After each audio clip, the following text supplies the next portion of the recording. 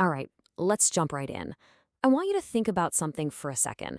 What if everything you think is real? Your life, all your struggles, this entire world, what if it was all just temporary? An illusion? Today, we're going to break down a pretty mind-bending philosophical argument from Ryuho Okawa. He suggests that our reality is basically just a quick stop on a much, much bigger journey. So the whole idea we're digging into today really hangs on this one single powerful concept. What you think of as your life in this world is, in fact, not the real thing. It is temporary. I mean, let that sink in.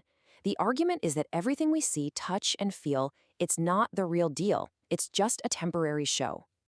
Okay, so right away, you're probably thinking, where's the proof, right? If this life isn't real, what's the evidence?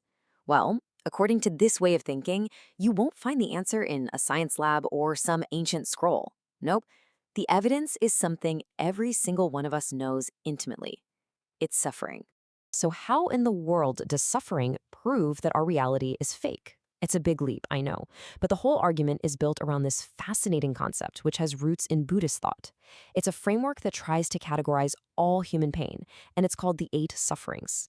The specific term is shakuhaku. Now, you can almost think of it like a diagnostic tool for being human. It's a way of breaking down and identifying the core, fundamental reasons why life, from this point of view, is just inherently painful. And this is where it gets really interesting. It takes the stuff we all just accept as the normal cycle of life, being born, getting old, getting sick, and eventually dying, and it completely flips the script. It says, no. These aren't just natural processes. These are the first four fundamental sufferings that are baked into our existence here. And it doesn't stop there. On top of those big physical things that you just can't avoid, the argument layers on these four other kinds of pain. The more psychological stuff. We're talking about the heartbreak of being separated from people you love, or the pain of having to deal with people you can't stand.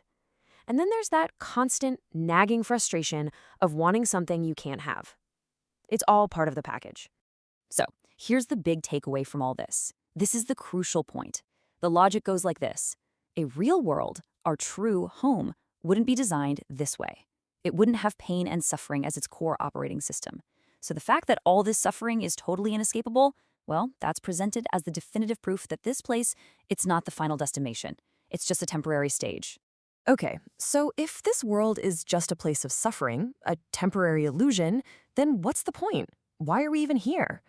This is where the whole argument makes a really important turn. It moves away from the problem and gives us a purpose, and it does it with a really powerful metaphor that changes how you see everything.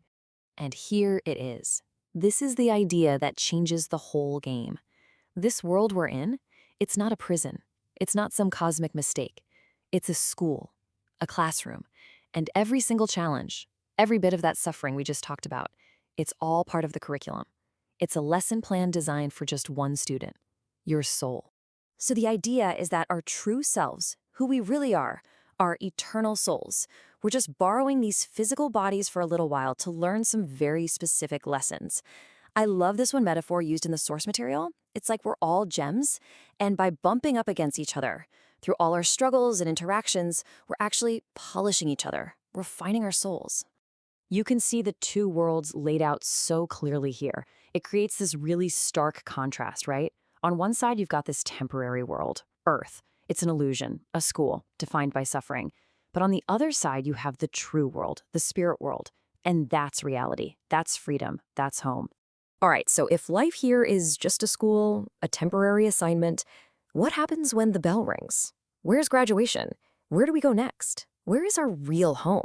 The answer, according to this philosophy, is the spiritual world. That's the idea. It's the place we came from before we were born, and it's the place we're all heading back to after we die. That is our true life. This is just the field trip. And if you think about it, that completely redefines the purpose of, well, everything. All the things we chase here on Earth, money, success, fame, they become secondary. The real point of being here is to train your soul, to get it ready for the main event, for the real eternal life that's waiting for us when this one is done.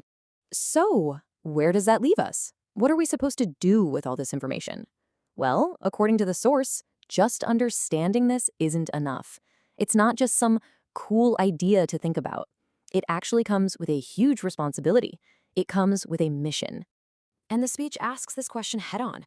Why does it even matter? Why is it necessary to know this truth? I mean, what really changes in your day-to-day life if you start to believe that this is all just a school for your soul? The answer is pretty powerful. It gives you strength. The idea is that once you truly know your own eternal nature, you become resilient, unshakable. The speech uses this amazing image. It says you become unbreakable like a diamond. Because if you know who you really are, then all the temporary suffering of this world, it just can't break you. It can't touch your true self. And that personal strength, that inner resilience, is meant to transform into something much bigger. It's a mission. The goal isn't just to keep this truth to yourself, it's to spread it. The ultimate vision is to help create what's called a Buddha land right here on Earth, a society that's actually built on these true, eternal values. Which brings us to this final, powerful call to action. It's not just a suggestion. It's framed as a mission that requires real courage. And it leaves us with a pretty big question to chew on, doesn't it? If you truly, deeply believed that this life was just the warm-up act for an eternal existence, how would that change the way you live, starting right now?